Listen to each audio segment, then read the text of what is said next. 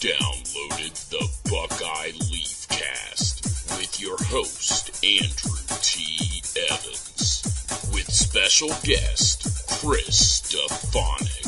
Ladies and gentlemen, it's another edition of the Buckeye Leafcast. Thanks for downloading this edition of the show with your hosts. I am Mr. Andy Evans, rocking the other side of the microphone. He's rumbling, stumbling, absolutely traveling around. He's a rambling man. No idea what I'm talking about right now.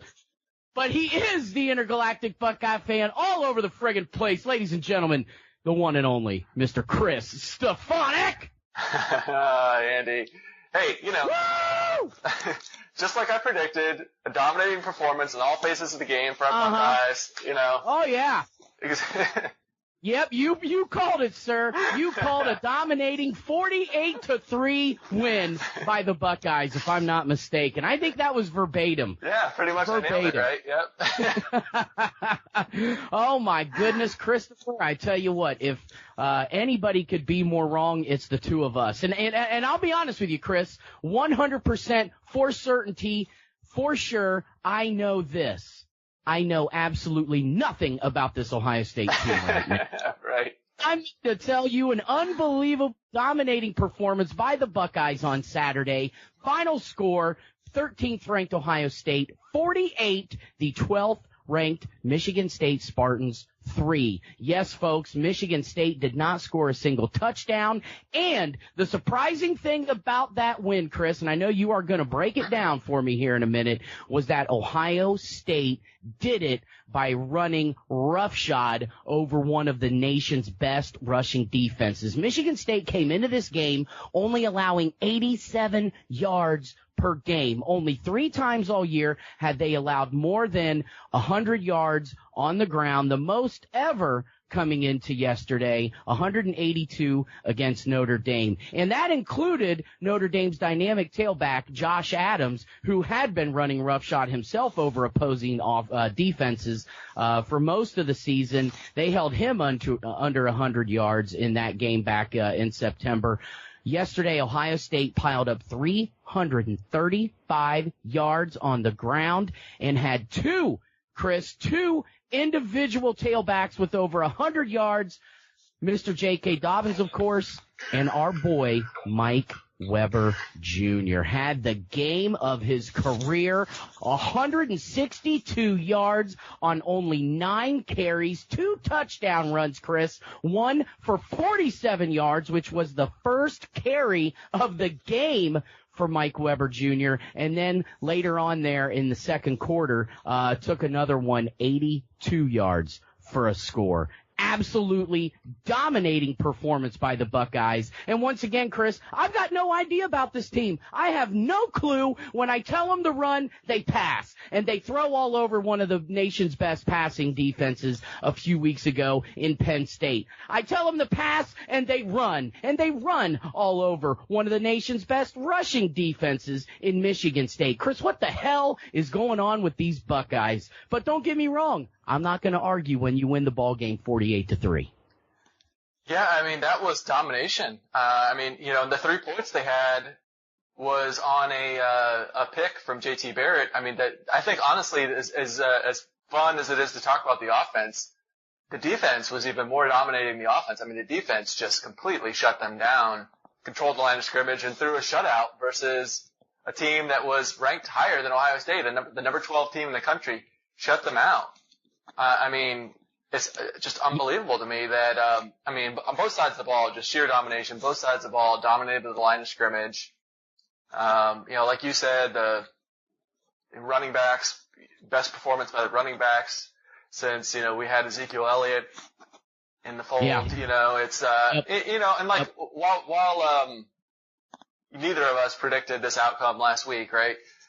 One of the things that we were both calling for was give the stinking ball to the running backs. It's right. In the last 5 losses for Ohio State, JT Barrett had more carries than the running backs. And it's like, what are you doing? It's like J.K. Dobbins has 8.5 yards a carry versus Iowa, and he gets 6 carries. It's like, hand him the frickin' ball. Well, finally, Urban has learned his lesson. And he said that after this game, he said he made a mandate that the running backs get the more carries. So, cause after the Iowa game, and he was questioned about this, he was saying stuff. He's like, well, we take what the defense gives us. So we run the zone read, and if they, if they take away the running back, then the right read is for the quarterback to take it. But I'm like, well, then don't call the zone read. If that's what it means, why allow the defense to dictate to you what it wants you to do? That makes no sense.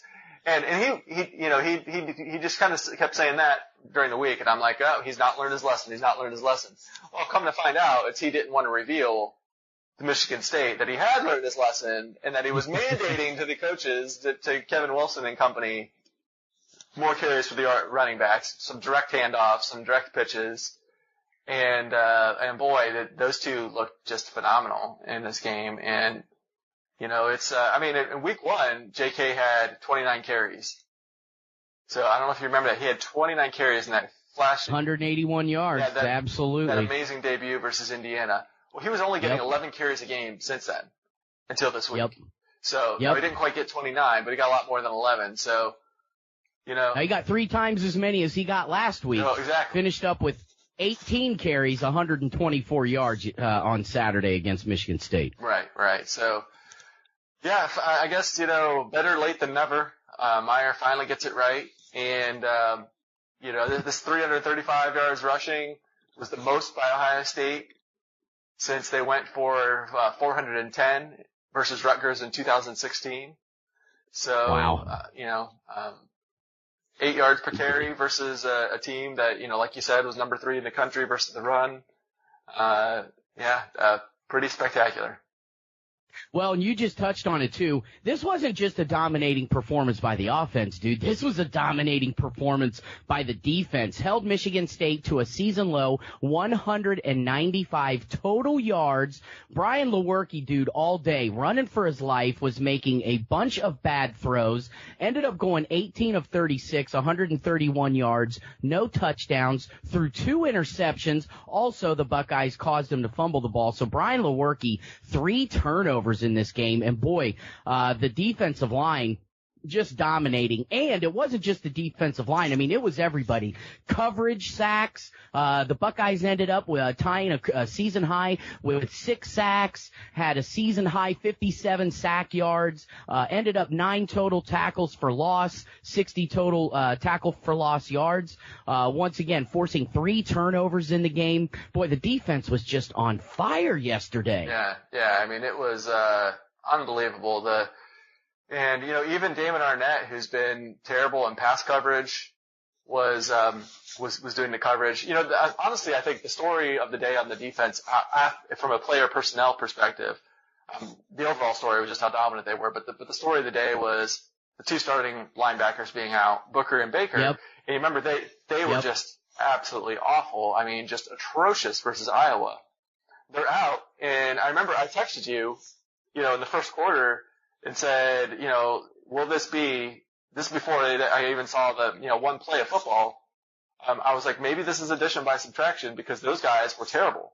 I'm like, I don't know that they could possibly play any worse. If that's really what our linebackers look like, we might as well get the young guys in there, Borland and Harrison, and let them take their lumps and grow up because the current guys, the incumbents, are terrible. Well, they came in, and it really was addition by subtraction. I mean, Borland played great. He led the team in tackles. He had a sack, a couple tackles for loss. Yep. Malik Harrison and Worley both had a sack. Shiano, I mean, I gotta hand it to the coaches. Versus Iowa, the coaches were absolutely terrible. I mean, Shiano got completely schooled by Brian Ferentz. Well, in this game, he was blitzing. He hasn't blitzed pretty much the whole year, but he was blitzing pretty regularly, mixing them in, and hence, all of the linebackers getting sacks. And first sack of the game was on a blitz from weak side by Malik Harrison. Right. So I mean, a full effort on all sides. Offense, defense, coaches. Just really, really pleased with what I saw. Yeah, Tough Borland, 11 tackles, 8 solo, 2 for loss, including a sack. Malik Harrison was third on the team with 6 tackles. As you mentioned, a sack. Chris Worley, fourth on the team with 5 tackles, had a sack. Our boy Eric Smith came in for an injured Damon Arnett, who did not return to the game. I believe that was like in the second quarter. He ended up second on the team, Chris, 7 tackles for Eric Smith. So the guys that had been benched or were backups came in and played one of the damn greatest games they probably had all year. And that was just unbelievable to see. And Tough Borland after the game said, hey, that's just what we pride ourselves on at Ohio State. It's next man up. When you get your opportunity, you better get in there and you better make the most of it. And boy, did those 3 ever. Yeah. No, I mean, it was a great performance. And, I had written off Eric Smith. I mean, I don't know. So did I. He did not look good early in the year, but I mean, he looked slow. No. He looked out of position, but he really played well. It was probably his best game as a Buckeye, I'd say so. Absolutely. Yeah. So, tell me, in watching the game, I mean, usually I like to get your feedback, kind of, you like to pick apart X's and O's, break things down. Was there anything that stood out to you both, good and bad? I mean, there wasn't much bad, quite frankly, that happened yesterday. I'm sure you could probably nitpick on a couple of things, maybe go on a classic rant or two, as you now like to do. Kind of break some things down as to what you saw and why it was Ohio State so damn successful from an X's and O's point in completely clobbering the Spartans. Well, one of the things you have to keep in mind is this team, and this hasn't changed the whole year, is they're one of the most talented teams in the country. I mean, if you can find 2 rosters out there that are more talented than Ohio State, good luck. Because it's pretty much Ohio State and Alabama have the most talent of anybody out there. So they've had the talent the whole time. But what's been happening? Versus Penn State, to be honest, they doubled up Penn State. I mean, Penn State is probably a top 10 team, certainly a top 15 kind of team, but they doubled them up in yardage in first downs. And did it come down the last play? Well, because of mistakes. I mean, there's mistake after mistake after mistake, and they've been doing that all year long. So this game started, whenever I'm taking my notes on the game, there's certain things I'll write down, and like this one, they came out and there's that high snap. Remember that high snap and JT? Oh, yeah. JT, mm-hmm. It's hard to blame it on JT because the snap was really high. But at the same time, I felt like if he gave a little better effort, it probably wouldn't have went back 15 yards or whatever it was. But, he kind of loafed after the ball. I was a little surprised. I mean, it was at one point, it's like, dude, hop on the ball. What are you doing? Not loafing after it. Just even it getting over his head. If you look at the replay, it wasn't like untouchable. You know what I mean? Like he could have grabbed it. Like if JT gets if JT's prepared, let me put it this way. If JT knows that ball's coming high, it doesn't go over his head. He catches it. You know what I mean? Like it was not uncatchable. It's like if you're a receiver and you throw a ball, you're like, oh, that was uncatchable. Or you're like, well, it's kind of high, but he could have grabbed it if you would hope that he would have been able to grab a ball like that kind of thing. Well, it's like JT could have had that. Still, it's hard to blame it on him because he's expecting it in his chest, and, clearly Price had a high snap. But so anyways, that's kind of beside the point. My point was, I'm like, here we go again, and I started writing down the mistakes in the game, and you know how far my list got? I mean, like, the list would have been like 10, 20 points long. I had 3 things written down. There was a high snap and 2 picks. That was really the only mistakes. And you know what? There's something on here that's kind of like the reverse of a mistake, and that's they only had 2 penalties in the game. 2 penalties, Andy, and they were like one of the, 120th in the country or something like that in penalties coming into this game.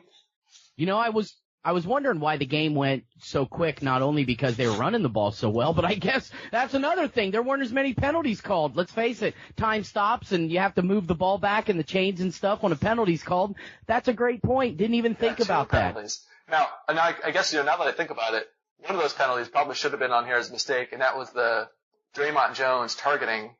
Targeting is a pretty big mistake because you give them 15 points plus you lose a starter for, 3 quarters.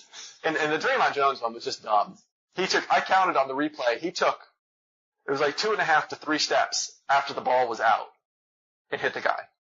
I'm like, dude, you just can't do that. You cannot do that. And they're going to call it every time. But anyways, I don't mean to get off on a tangent here. There's just so many things to talk about. It's so easy to go off on a tangent.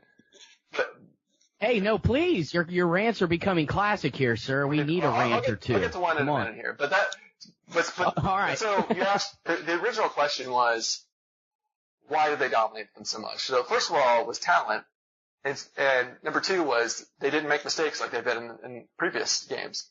So when you've got that much talent, they come to play, and they don't make mistakes, they could beat anybody. Now, they come out and they come to play, but they're making a ton of mistakes, then, you're coming down to fourth quarter versus the good teams like Penn State's, right? You don't come to play and you make a bunch of mistakes, you get your ass beat by, probably a mediocre to good Iowa team, So, I mean, that's kind of the difference, They came to play, they've got superior talent, and they didn't make any mistakes. So those were the big things that I saw. Well, and after the game, several players were saying, yeah, we were motivated this week to play. We were pissed off. And I can't sit here and help, and Meyer said it, some of the guys said it after the Iowa game. No, there was no hangover from Penn State. There wasn't. After seeing what we saw yesterday, I have a tendency to think that there indeed was a hangover from that crazy comeback win over Penn State in the loss against Iowa. I think when they got down, they completely gave up. And they thought, we can't do this again. We cannot do this for a second week in a row. We need to come out fast. We need to come out strong. We need to come out angry. And we need to punch Michigan State in the mouth. And we need to do it in a way that's going to show people we are still one of the best teams in the country. And we can effectively run the football. We can basically do whatever we want to do to you on whatever day we want, and we're going to do it, and you're going to bend over, and you're going to like it. And that's exactly what they did to Michigan State's defense yesterday. I mean, Chris, before the game, the last few weeks, seriously, I'm completely flummoxed that when I say, hey, don't stand back in the pocket and throw, they do it against one of the nation's best passing defenses and win the game. Don't hand the ball off and run. This isn't the week to do it.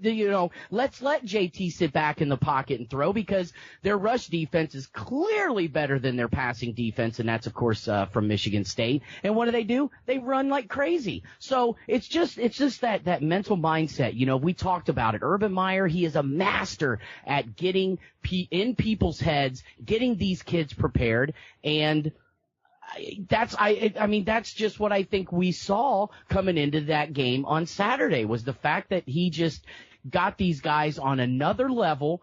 Mike Weber said after the game that basically he got them, he just stripped them back down for that week of practice. Stripped them down, started from scratch, square one, and there you go. So Ohio State and Urban Meyer have proven basically if we want to do it, we're going to do it. And it was unbelievable to see that result, and that they just completely embarrassed Michigan State's defense. Yeah. And, they were doing stuff that I didn't even think would work. Like, for example, the side-to-side game. So that's, something I did a famous rant earlier this year on the side-to-side plays. So I'm like, stop doing it. Those do not work. And yeah. And they ran that play, I'm not going to say to perfection, but they did. They ran it quite well. And I think it was because of the running game working so well, they were able to get those passes out to the flat, get their speedy guys in space like Campbell and Dobbins, and they made it work. You're absolutely right. Yeah, I'm not sure why it worked, but I tracked, that was one of the things I tracked. And so here's the plays. They had 7 yards to Dobbins, 30 yards to Paris Campbell, which, by the way, welcome back. That was 30 yards, and the refs even missed a face mask on that one, so it should have been like a 45-yard play. They had a 14-yard play action pass to Baugh. It was a play. I'm trying to think of. Yeah, they did a play action and then went to the side, which I don't recall really seeing that before. It's usually just real quick. They try to they snap it back and real quick go to the side. There was the. Okay, was that early in the game? Then you got okay. I do remember that. You remember now. the 12-yard Dobbins TD was actually like a little side-to-side throw. Oh yeah, he hit him right out there in the flat, and Dobbins had to make some moves to get in the end zone, but he sliced and weaved his way in there. Nice little 8-yard score for him, for sure. And then he had 2 to ball, which actually did not really they worked. The end result was good, but it probably shouldn't have. I'll explain that to you. So he throws the ball, and the defender had him for no gain. The ball just like drove him down the field and ended up turning it into a 6-yard gain. So that was one of them. And then there was another one that the defender stopped the ball for a 1-yard gain, but there was a face mask on it. So it ended up being like a 16-yard gain. So it's like every single play was, the shortest one was 6 yards. And then after that, it was like 12, 14, 16, 30 yards. It should have been a 45-yarder to Paris Campbell and so on. And a couple play actions in there. So actually that one where they got the face mask on ball was also another one that was a play action. So they were doing some different stuff that they haven't done all year. That play action and then going to the side. We saw a shovel pass. I don't remember seeing a shovel pass this year. Yeah, I saw that and I was like, whoa, here's a completely new wrinkle. Yeah, that was cool. So, just well done. But I mean, I think, I don't know that so much that it was Kevin Wilson and Urban Meyer, out Xing and Oing D'Antonio. It was pretty much the Ohio State offense. They were just executing. I mean, they controlled the line of scrimmage. Billy Price was, driving his man off the ball, looked like an All-American out there. The guards, both Knox and Jordan, were run blocking like crazy. I mean, Jordan hasn't been the best in pass block this year, but boy, he could get it done in run blocking. And it was nice, and Knox was out there doing it well. And Prince as well. Prince had an Olay block, on a pass protection earlier in the game, and I was like, oh God, here we go. But on run blocking, he's good. He gets the job done run blocking out there. And, they control the line of scrimmage. And when you do that, good things happen. Good things did happen. Once again, final score 48-3. And, should we pick on JT a little bit? I shouldn't say pick on him, but 14-21 through the air, 183 yards and 2 touchdowns. Also had 9 carries, which was the same amount that Mike Weber had. 9 carries for JT, 55 yards, and 2 scores as well, which was the same number as Mike Weber. However, 2 interceptions. You mentioned one of them before, and that led to Michigan State's only score, a field goal there at the closing seconds of the first half.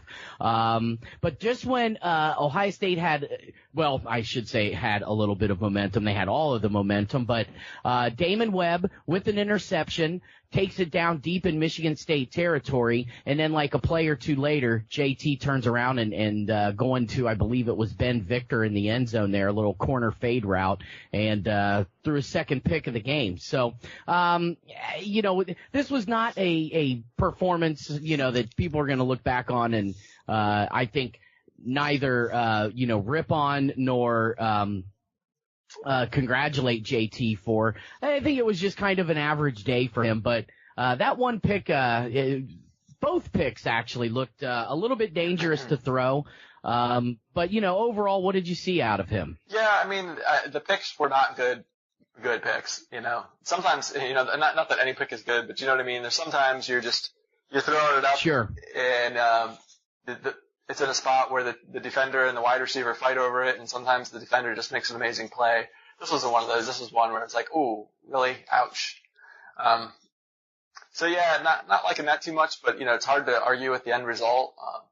One of the things I always track as well is the deep balls, just because JT was just so bad at it versus, remember Oklahoma was really bad at it, and early in the year, I mean, I remember before he went on that stretch versus those cupcake teams, his completion percentage was like just awful on throws of 20 yards or more down the field. So I always kind of keep an eye on that.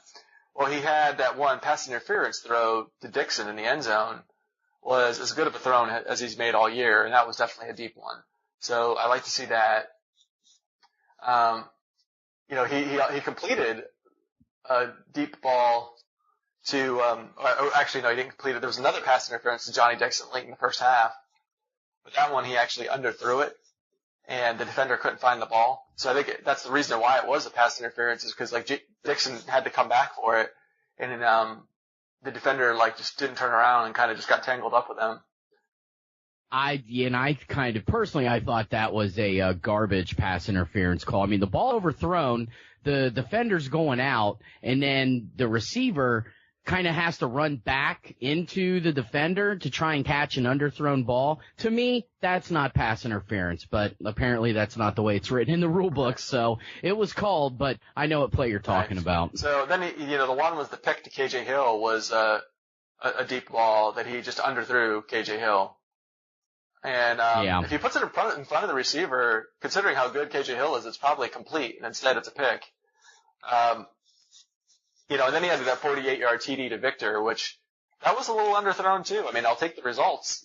And a great play by Victor is a highlight of him breaking free of the guy clinging to his legs to get in the end zone. Oh yeah. Cool. Yep, that was great. That was great. On deep balls, if you're counting at home, basically it was inaccurate on 3 of the 4. So, inaccurate on 3 of the 4, threw a couple picks. I'll take the results. I mean, I'll tell you one thing that JT did well is he had them playing at a really high tempo, which hasn't always been the case. I don't know how much of that is JT and how much of it's the coaches encouraging them to keep the pace up, but he had them playing at a really well tempo. When they're doing that, typically they look good. So I was overall, I'm not going to complain about how he looked. Yeah, like I said, one of those games that you're not going to look back on and go, oh, God, what a terrible game, or, man, he played awesome. I think it was just he was effective enough, and because the ground game was so dominant, we didn't really need JT. I mean, as crazy as it sounds, like I said, 9 carries, 55 yards, had 2 scores. But JK and Mike Weber, just absolutely on point. The offensive line, came together. And like you said, there was a couple of times here and there, things got a little dicey, especially there on the right side with Isaiah Prince. But overall, just absolutely, unbelievable performance. And JT, I think this was a game, thankfully, that they could kind of pull him back a little bit. They were able to rely on the running game so well. Now they're going to have Illinois coming up this weekend, which should hopefully be another day off, if you will, for JT. Right. Some game they don't have to totally rely on him to get the job done, and get him ready for the Donnybrook up there in the Big House in a couple of weekends. So do you want to go on a rant, sir, before we conclude our Michigan State recap? Yeah, why not? I'll do a rant and then just point out some other good stuff. So this is a follow-up. Right. This is a follow-up on a previous rant. This is like rant part 2. And it's on the short kickoffs. Okay. So in case you're not following along, Ohio State does this thing where rather than just like trying to get a touchback, they do like a pooch kickoff to the left side of the field and try to pin you inside the 25. And my argument against this is the risk reward on it is terrible, because when you do it right, you usually are getting the guy about like the 20-yard line or so. And so you're only gaining 5 yards versus if you just kick it out of the back of the end zone. But if you do it wrong, they can get out to the 40-yard line, or heck, we've had a few for touchdowns this year, right? So it can be, it's just like the risk reward just doesn't seem well. It's like if I do it really good, I get 5 yards. If I do it really bad, I give up 6. It's like, so after the game today, last week it looked good. This week it looked good. Meyer's own words. The kicking game was outstanding. Outstanding, Andy. This is what he called it. He called it outstanding. Uh-oh. I have a feeling you're going to disagree. This just kind of makes my point. This is what outstanding looks like. So he had a touchback, 25-yard line. He got them on the 4-yard line on one. Pretty awesome. One play got them on the 4-yard line. 16-yard line, 27-yard line, 22, 22, 27, and then one went out of bounds for the 35. This is outstanding. This is about as good as you can do. This is about as good of a game with this many kicks that I've seen them do. So this really was outstanding for them. I'm not arguing that it wasn't outstanding. It was outstanding. For this strategy, this is what outstanding looks like. You know what that Okay. outstanding averages out to be? The 22-yard line. You put those all together. Outstanding, Andy, means they're 3 yards better than just kicking it out the back of the end zone. That's what outstanding looks like. What about just a normal week? What about a bad week? So what this means is a normal week, and outstanding is 22. A normal week is probably like 28, 27, something, you know what I mean? It's worse than just kicking out the back of the end zone. And a bad week, you're giving up touchdowns. So if outstanding means you get it at the 22-yard line, that just underscores my point of the risk reward for this strategy makes no sense at all. Outstanding means you're 3 yards better. That's your upside is 3 yards better, Andy. Your downside is a touchdown. What are you doing? So do you really feel that Meyer's summation of the kickoffs on Saturday truly was outstanding? Because I don't know, I'm kind of catching a little bit of a hint of sarcasm in your voice that you truly don't think that is outstanding. And I get your point, and I see it. Well, to me, it was outstanding for that strategy. That's the best I've seen him do it. Well, I was going to say, that's the best I've seen him do it, and so it pretty much was outstanding. But my problem is not that wasn't an outstanding that was outstanding execution of that strategy. My problem is that strategy is not good because you're risking touchdowns when you could, if you just recruit. Meyer's like, whoa, because somebody said that to him last week after multiple weeks of 2 straight weeks in a row of giving up touchdowns. Somebody said, why not just kick it out the back of the end zone? And he's like, well, it's not that easy to do that. You got to get a guy that can do it every time, and we don't have a guy that can do that. And I'm like, well, then go get a guy who can do it. There are guys with the legs that can do it. You're just not recruiting them. You're recruiting guys that are like pooch specialists that are aim it. For him, it's not about just blasting it out of the back of the end zone. It's got to have a hang time, and it's got to be aimed correctly. It has to fall. And this is part of the reason why this strategy sucks, is because if you're off on any of that, if you don't get enough hang time or you don't aim it correctly, and it's instead of being on that left side of the field, it's more to the right, or it's not deep enough, then it ends up not working out well. But if you're just blasting it as hard as you can, if you got a big enough leg, that works pretty darn good, So they would just have to find somebody with a big enough leg, and offering a scholarship to Ohio State and a chance to play for titles and all that. To me, I just don't see why they don't do that. So I mean, it's after a victory like this, 48-3, a victory that was the worst loss in Mark D'Antonio's career as a head coach. A victory that was, it's the biggest margin of victory for Ohio State in a game against the Spartans. The previous high was 42. Yep. And that was in 1979. They won 42-0. Yeah. It's, long time ago. It seems like in a game where, they more than doubled up their opponent, an opponent that was ranked ahead of them. It seems like it's like, this is really kind of a weak thing to be complaining about. And you're probably right when you say that. You're probably right. But well, you know what? Sometimes we just got to find something to nitpick on. We're Buckeye fans. We do this kind of thing. But now I think I will say this, the coverage on punt returns I noticed yesterday when KJ Hill decided to return a punt, he had absolutely nowhere to go. 3 punt returns, 3 total yards yesterday. He did have an 8-yard punt return. However, a couple of those he got tackled for loss on. So I'm sitting here thinking, wow, is this the next thing that Urban and Kerry Combs have to take a look at, is giving a guy the ability to return a punt? Because I haven't seen them be very successful in punt returns at all this year. Yeah, I don't know what you do about that. I mean, it's Jalen Marshall used to be pretty good at it, so it's not like just. Well, let's bring him back. It's not that Urban knows. Yeah, he's got a couple years of eligibility left, right? It's not that right. Urban doesn't know how to do this, but it's just not happening. I don't know.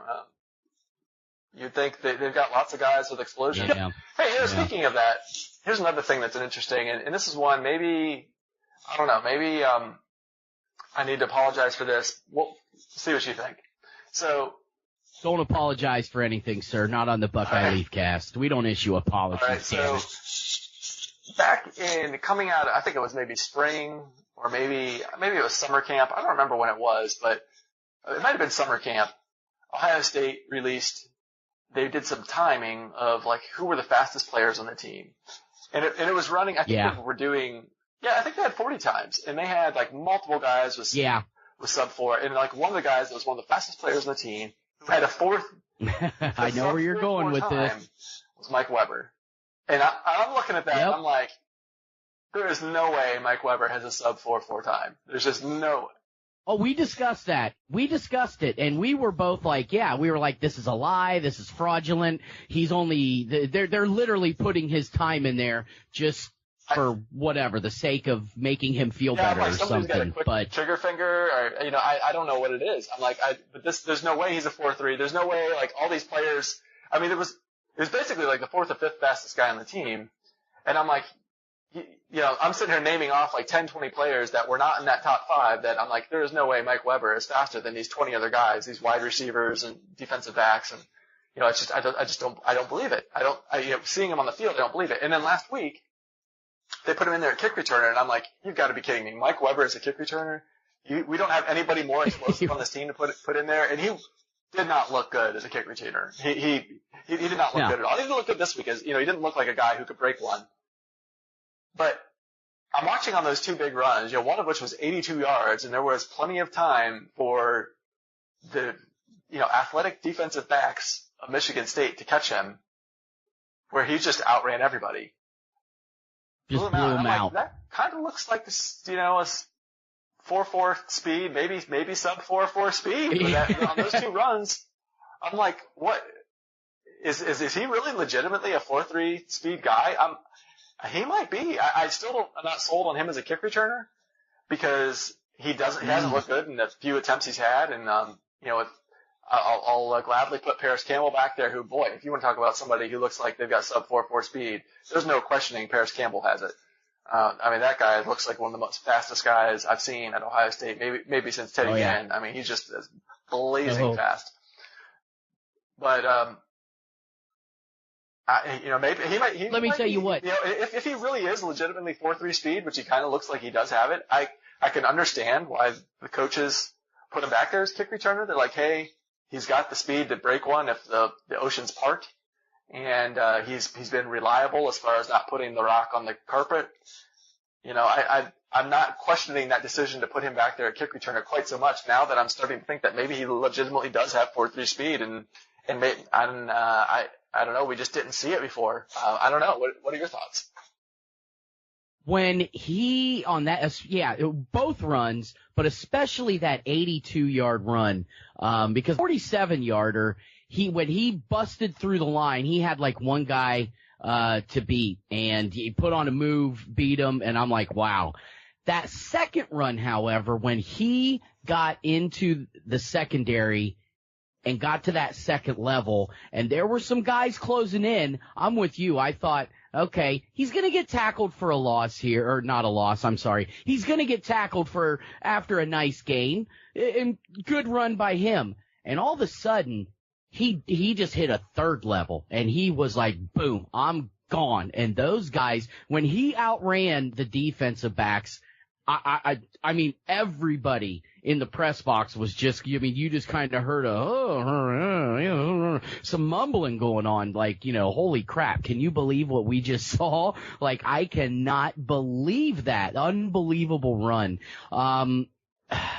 Is he finally healthy? And that was one of the things that Meyer touched on during the post-game press conference was that, this is a kid. He's been dinged up by injuries.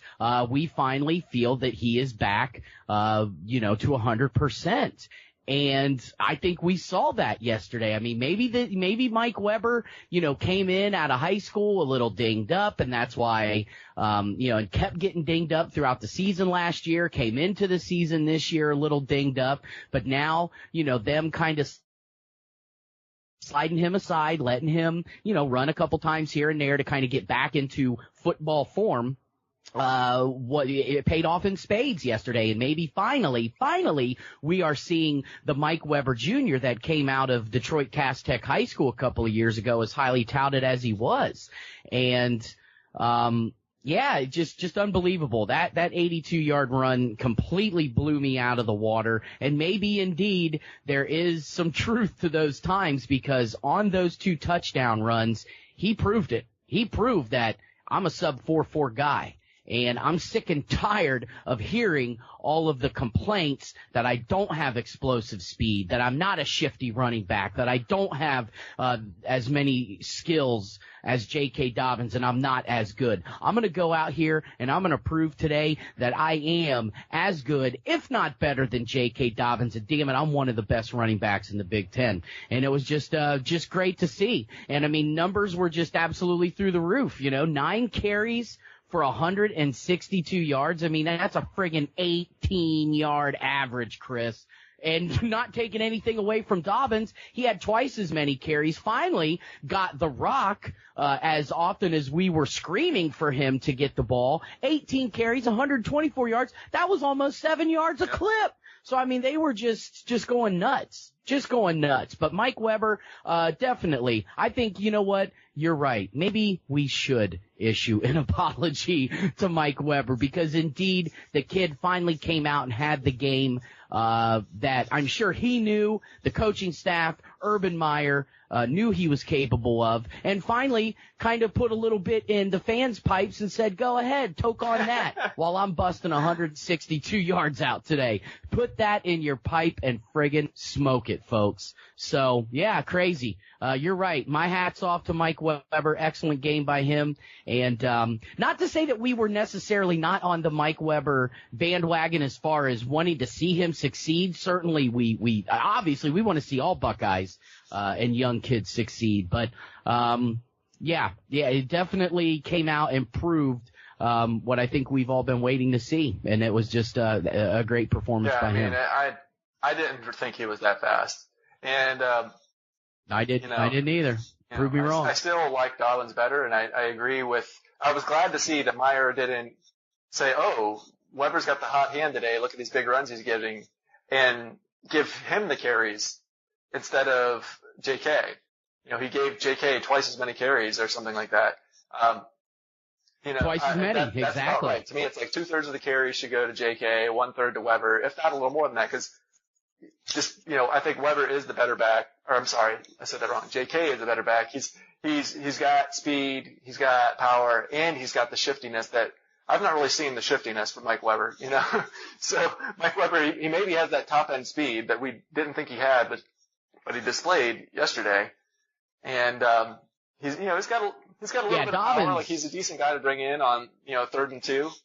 I kind of like Mike Weber in that role, but Dobbins is still the better back. And how about this?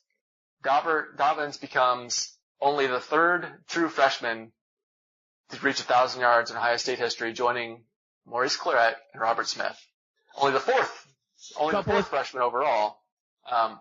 And then you would include, if you include redshirt freshmen, and that would be one Mike Weber who did it last year. Mike Weber. Yep. Thank you. I forgot to touch on that. Excellent point. Yeah. Yes. Saturday's game. J.K. Dobbins becomes only the 4th freshman in OSU history to run for over 1,000 yards in a season, 3rd true freshman, and also Billy Price now becomes the all-time starts leader in Ohio State history. Had his 51st start yesterday. Yeah, that's pretty cool. That was pretty cool. And, very cool. And Dobbins, he did this without getting the carries that he should be getting. I mean, this is with Meyer giving him 6 carries versus Iowa when he's getting 8.5 a game, right? 8.5 a carry. So, I mean, after having 29 versus Indiana and putting up ungodly amounts of yards, he got 11 carries per game for the next X number of games. So, Meyer probably cost him about 400 yards up to this point by my math, by just not giving him the rock, Oh my gosh. Yeah. This guy could have 2,000. I mean, maybe not that much, but I get what you're saying. For sure. But the running back depth chart looks pretty darn good, and they've got 1 or 2 good ones coming in next year as well. And we're not even talking about, Run DMC, Mario McCall. he was looking better than Mike Weber as well. And I've heard that, he's been injured, and I've heard the reason we're not seeing him is they're basically going to redshirt him. So he's getting a medical redshirt this year. And, played last. Oh my God. But I mean, he looked a lot better than Mike Weber, I thought. So the running back stable is just, full, as it should be at a place like Ohio State, as it should be. Can you imagine? I mean, next year JT's going to be gone, and they're going to have either Haskins or Burrow back there, and just having more of a traditional rushing attack, kind of what they had there in the last 3 games of 2014 with Zeke and Cardale. Could you imagine, though? I mean, Mike Weber, if he comes back, which I'm assuming he will, he can leave after this year. This is technically his 3rd year out of high school after this season, but I don't see him leaving early for the pros. But Weber, Dobbins, DeMario McCall, and you have a guy like Antonio Williams, who is a 4-star guy who, come in and can give you some nice spot time, have at least 4 tailbacks to either run or throw the ball to, on top of some of the receivers that are going to be coming back next year. I mean, whew, boy, that's just going to be a dangerous offense, and especially just running the football with that much talent. Yeah, that's could be a sick year next year. I'm already talking about next year. Hell, we could still have at least 3 or 4 more games left here this season. So calm down, Andy. Let's get through this season first before we start looking over to next year. Well, but I mean, there could be even 5. I mean, there are some people are saying that after, with the way things shook out yesterday across the college football scene, that Ohio State's not out. I mean, they're up to like number 8 in some of the polls. I think at the AP they're 8. AP and coaches poll are out, and they are 8th in both of those polls. Now, will that equate as well into the college ball playoff committee poll? Well, we'll find out Tuesday night. I think somewhere it was Vegas has them as now like a 33% chance to make the playoffs. You're saying there's a chance? I mean, I'm saying there's a chance. It's still not a great chance, I don't think, but it's a chance, which after Iowa, I really didn't think there was any chance. I really didn't. But, that Notre Dame loss to getting hammered pretty much eliminates them. I mean, because they're Ohio State obviously needs a lot of things to go in their favor. And a 1-loss Notre Dame was going to get in over a 2-loss Ohio State, even if Ohio State wins the Big Ten. But 2 losses, then it's okay, you got a 2-loss conference champion versus a 2-loss Notre Dame, and then you start looking, Notre Dame got hammered versus Miami, and now that Georgia lost, that loss that Notre Dame had to Georgia doesn't look quite as good, you know what I mean? So it helps build the case there. Stanford topping Washington, that was big to help things out. I mean, it's at this point, there's some interesting scenarios where Ohio State can get in there. You need, obviously the first most important thing they need to do is win these next 3 games in convincing fashion. But it's possible that they can get in there with a little bit of help. Because, the teams ahead of them, a lot of them still play each other. Ohio State still has Wisconsin who's ahead of them. And, it's not that crazy that they could get in. It was interesting. I was thinking about it. It sounds like one of the best things that could happen for Ohio State's chances to get in there is Alabama winning out. Because if you think about it, if Alabama gets a loss, let's say Alabama loses to Georgia in the SEC title game. Then you've got 1-loss Georgia SEC champs, they're in. You've got a 1-loss Alabama who's been in the title and not only been in the playoffs every year, but has haven't they pretty much been in the title game every year? At least last year they were. Well, I know they weren't in the initial year because Ohio State beat them in the semifinal. That's right. I forgot. Yes, the last 2 years. They have. In the title game the last 2 years, winning one of them. But they've made the playoffs all 3 years. They're the only school that's made the playoffs now all 3 years. I mean, they've got the credibility that I think a 1-loss Alabama, whose only loss came to Georgia, who's looking pretty stout. I think they're in. They can both get in. Both of those teams could get in. That's what's But if Alabama wins out, I think at that point, Georgia would then have 2 losses. What does Auburn have 1 loss or 2 losses right now? They've got 2. So Auburn would have 3 if Alabama wins out. I think that it makes it. I think a 1-loss Alabama that doesn't win the SEC gets in over a 2-loss Ohio State. That won the Big Ten. Last year the committee has shown they will put in somebody who's outside, who's got 1 loss, who didn't win their conference, or got 2 that won their conference, a la last year Ohio State and Penn State. So there is a precedent for that.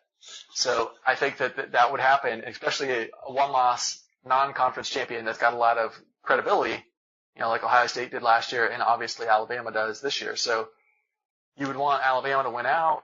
You would want, obviously Ohio State needs to win, and I think probably win big. If they're like squeaking out games versus Michigan and Wisconsin, that makes the case a lot harder.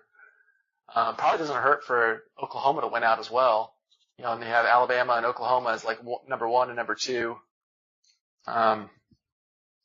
Probably want Miami to win out, because then that would mean that Clemson would get its 2nd loss. If Clemson wins out and Miami's only loss is to Clemson, then there's some question there. Do you put the 1-loss Miami in over a 2-loss Ohio State? You know what I mean? So there's a whole lot of scenarios where Ohio State doesn't make it. Let me just put any given.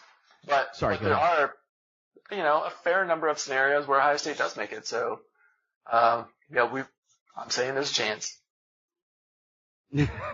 Like Lloyd Christmas and Dumb and Dumber, folks, he's saying there's a chance. It might be 1 in a million, but damn it, it's still a chance. Or according to the website you looked at, Vegas odds, 33%. That's better than 1 in a million. I'll take 33% all day long. It's not bad.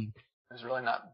That is not bad at all. And yes, to touch on your point, so let's just say the college football playoff committee has the exact same rankings as the AP and the Amway coaches, which has Alabama 1, Miami 2, Oklahoma 3, Clemson 4. Now, the other 3 teams ahead of Ohio State, because the Buckeyes are in at number 8, Wisconsin's 5, Auburn's 6, and Georgia's 7th. So Alabama, yes, beats Georgia in the SEC championship game. Georgia's got 2 losses. They're below Ohio State. Auburn summarily loses to Alabama in the year-end Iron Bowl. That gives Auburn 3 losses. They're below Ohio State.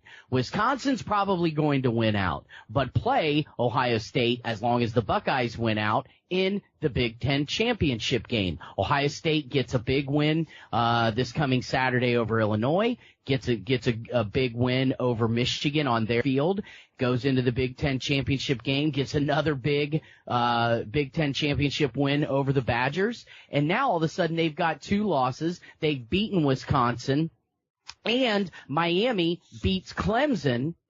Okay, now you've got Auburn with 3 losses, Georgia with 2 losses. Ohio State's only got 2 losses as a Big Ten champ and just beat a team that was a few spots ahead of them. Alabama, Miami win out. Miami beats Clemson, giving them 2 losses, and Oklahoma wins out. Folks, I'm telling you what, Chris, I agree with you. There's still a chance. I mean, it's a small chance, but if all of those scenarios play out. And thankfully this weekend, because we had 3 top 10 games going on, you knew at least 3 teams were going to be losing that were ranked ahead of Ohio State. And then fortunately, Stanford pulls off a nice little win against 8th ranked Washington to now get them out of the way, if you will.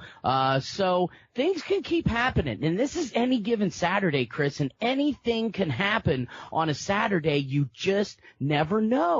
I mean, hell, Miami could lose whoever they play this upcoming weekend. And boy, let me tell you what, Miami, I was not sold on them to start throughout the year. I mean, they just did not look very good. They were squeaking by teams, barely getting by, and boy, the last couple of weeks, I mean, huge win over Virginia Tech. And then, of course, Saturday night, a huge stomping of Notre Dame, 41-8. So it looks like they've got Virginia, Pitt, And then, of course, it's already determined that they're playing Clemson in the ACC championship game. Boy, is that going to be a Donnybrook or what, dude? 2 top 4 teams playing for the ACC championship. That's going to be nuts. But you never know. Seriously, they could travel on the road to Pitt the week before the ACC championship game.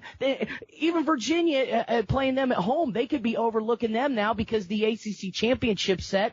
They still got 2 weeks of football left, and you never know. They could get knocked off at some point. That's how insane this college football season has been so far. I mean, that's why it's so popular. I mean, if you knew what was going to happen, like, it'd be boring. You know, there would be no reason to watch, right? So it's like just because. Well, and that's almost like the pros, you know, pretty much you know who's good, you know who's not. This team's got the better record. Yeah, occasionally you'll see a 1-4 team go beat a team that's 3-1 in the NFL. But traditionally, yeah, you know who the good teams are and, you know, and the same with college football. But actually, J.K. Dobbins made a great point about this on Saturday after the game. He said, here's the thing with the pros. No, it wasn't JK. I think it was, Nicky Bosa said it. Bosa was like, you know, here's the thing with the pros. You can lose 4 or 5 or 6 or 7 games throughout the season and still make it into the playoffs. In college football, if you, you know, more than 2, and I mean, at this point, there's never been a 2-loss team to make the top 4, in the 3-year history of the college football playoff. But if you lose at least 2 games, you're out. You're done. So every week, every game is important. In the pros, you can lose several games throughout the year and you still make the playoffs. And that's why I think also, Chris, that college football, it's not only that, but these are still athletes, student athletes, more like athlete students. Let's not, you know, get too crazy on that. But at any rate, you know, these are still kids, you know, that are playing for free, and I'm throwing up the air quotes around that as I say it. But, you know, these are still student athletes playing the game for free, and with everything on the line each and every weekend, yeah, I think that's why we all love college football. Yeah, these guys don't go to college to play school, so. And most of them probably don't, let's face it. You know, I'm sure, yeah, they, you know, we won't even get into that discussion, but yeah, there's still a chance. There's still an opportunity for Ohio State to get in. I'm not going to hold my breath, but I think right now if they just focus on, hey, let's win these next 2 games. In fact, screw that. Let's just focus on playing Illinois. Don't worry about Michigan. Play Illinois, win a nice solid game by about 4 or 5 touchdowns, and you continue to sit in the driver's seat for that Big Ten East Division title and an opportunity to go play an undefeated, hopefully 5th ranked, if not higher, Wisconsin team that if you win that, you're going to get possibly a shot to go play in the college football playoff. But once again, let's concentrate on Illinois this weekend. So, Chris, I'm sure that this Illinois preview is going to take about 30 seconds. They stink. Ohio State's good. What really is there else to say about this upcoming matchup against the Fighting Illini this weekend? This weekend, we've got on the line the most prestigious prize in all of sports, the Illibuck. Oh, you're right. So, the Illibuck. It's big time. And, you know, the Buckeyes take the field this weekend versus, you know, the Fighting Lovie Smiths. So, yeah, Ohio State hasn't lost to Illinois since 2007, and Juice Williams is not coming through that door. So, probably not. I think if he does, I'm not sure he'd be eligible to play, but who knows? You could give him a pep talk, get Lovie and the gang fired up for a big win over here. I wonder what, like, you know, the over-under would be for Ohio State's, just Ohio State's score. What would you put the over-under at? 50? 55? I mean, I could see them, knowing that they need to impress the committee, coming out and rolling up 60, even, you know, maybe putting 70 on this team, because Illinois is that bad. Illinois is the worst team in the Big Ten right now. I mean, they are awful. Yeah, they're 2-7 overall. They have not won a single Big Ten game. Statistically speaking, they are the worst scoring offense in the Big Ten. averaging 16 points a game. They're the third worst scoring defense, giving up 28 points a game. Offense-wise, they're next to last in total offense. They're dead last in rushing offense. They're actually about middle of the pack in passing offense. But otherwise, pass efficiency, they're next to last. They've thrown 17 interceptions on the year to 8 touchdowns. So, offensively, they're just a horrible team. Defensively, total defense, once again, they're third to last. Scoring defense, they're third to last. I mean, rush defense, they're next to last. Pass defense, once again, they're about middle of the pack. But pass efficiency defense, they're next to last. They've allowed 16 touchdown passes against 8 interceptions. So this is just not a good Illinois team. There's the over-under, dude. What does Ohio State have to score to truly look great in the eyes of the committee? I mean, I think it'd have to be about another game like what they did against Michigan State, quite frankly. I don't think that they need to come out and score 75 points and win 75-2 or something crazy like that. I mean, I think that as long as they come out and, if it's a 58-7 game, if it's a 48-3 game, if it's a 42-7 game, I would put it right around 5 touchdowns. I think 5 touchdowns or more, and not giving up a lot of points. Like if they can turn around and pull an Iowa on Illinois and, win 55-24 where you allow 24 points, even though, that's a 31-point win, now you've kind of let the other team, a very bad offensive team, score 24 points against you. So I think they need to keep that number low. Don't allow Illinois more than 10 points max. And you come out and you at least score 5 or 6 touchdowns. So I'd say, a good 56-10 score would be solid in the minds of the committee. It's funny you say that. So Illinois lost to Rutgers by 11 points. Illinois pretty much got hammered by Nebraska. What's the common thread between Rutgers and Nebraska? Ohio State put up 56 on both of those teams. They beat Rutgers 56-0. They beat Nebraska 56-14. And the fact that Illinois got easily worked by both of those programs, and then Ohio State did that to those. I mean, now you can't necessarily do that math because,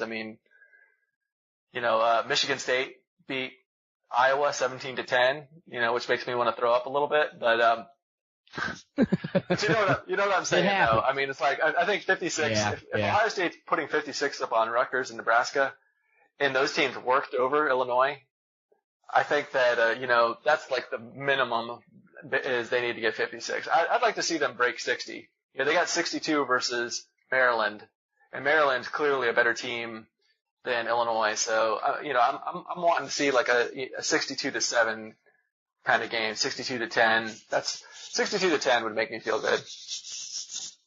All right. So you're going to go 62-10. I'll say 56-10. I'll stick with that. But you know what? What Ohio State team are we going to see, Chris? Are we going to see an Ohio State team that is going to be overlooking after such a great win? They're going to be overlooking Illinois, and they're going to be looking forward to the Michigan game. And we see, a kind of another quote unquote trap game. I mean, Illinois is kind of one of those weird teams that, traditionally in the past, they have pretty much beaten up on Illinois. But occasionally they'll run into an Illinois team that presents a problem. Now, it really hasn't happened in the last few years, and I don't see it happening this coming Saturday. Illinois, the only team who has not won a Big Ten game all season long. I mean, this is just, boy, if Lovie Smith doesn't get fired after this year, I'm not sure when he'll get fired, because this has just been a dumpster fire for the Fighting Illini. So, but yeah, who knows? We could see Ohio State, play down a little bit and maybe win 35-7. Would that make you happy if it's a 35-7 game? Or, let's even get crazy and say it's 28-10. That would not make me happy, but it's not going to happen, and I'll tell you why. Okay. They will be fired up to get that Illabuck. So Mark my words. Okay, well. Most prestigious prize. There you go, sports, folks. Eddie. All sports. There you go, man. If anything is going to get these kids fired up, it's playing for a wooden turtle that was replaced by a live turtle that drowned in a frat house's bathtub here on the Ohio State campus one of the years. Hence why they went to the wooden turtle. Well, there you go, folks. This has been another edition of the Buckeye Leaf Cast. I appreciate you all downloading the show. And before we jump off the microphones, though, Mr. Stefanick, if you want to hit the peeps up out there, tell them a little bit more about you and what you're doing aside from the Leaf Cast. Sure. So if you would like to get a little more Chris Stefanick in your life, and who would not want that, then come on over to choiceconversations.com and listen to my other podcast. Choice Conversations is a personal development podcast where I aim to help you in all areas of your life. So I'd love to have you. choiceconversations.com. Come on over. And I believe they can hit you up on Twitter at ChoiceConvo as well, if I'm not mistaken. You are correct, sir. There you go. Hit them up. The Intergalactic Buckeye Fan talking about not just Ohio State football, but talking to you about what you can do to improve your life. I highly suggest it. I've subscribed now to Chris's emails. I'm getting in these very uplifting emails that you send out, Chris, and I've been reading them about, why you should be selfish or, why it's, not good to do certain things a certain way. And, it's been very cool to read, man, and I've enjoyed it. And I've been checking out, some of, your live broadcasts, should I say, on Facebook Live, and I love watching it, man. You're just, you're totally fun to watch, and I suggest seriously everybody checking out the Facebook page, choiceconversations.com. Hit him up on Twitter. Let him know how he's doing. The Intergalactic Buckeye Fan, Mr. Chris Stefanick. Oh, well, thank you so much, Andy. That means a lot. Hey, you're my boy, Blue. You're my boy. It's also brought to you by Christie's Cleaning Services, LLC. It's not clean until it's Christy Clean. Be sure to visit her Facebook page at Christie's Cleaning Services, LLC. And this edition of the show brought to you by Columbus Wired, for your premier source for sports and beyond right here in the Central Ohio area. Check us out at columbuswired.net. So there you go, sir. Big win, great win to talk about, and I'm glad once again you took a few minutes out of your day to sit here and wrap a little OSU football, and let's hope that they pull down a big win before the game here in 2 weeks. Sounds good. On that note, let's leave them like we always do, sir. OH. I-O. Go Bucks! I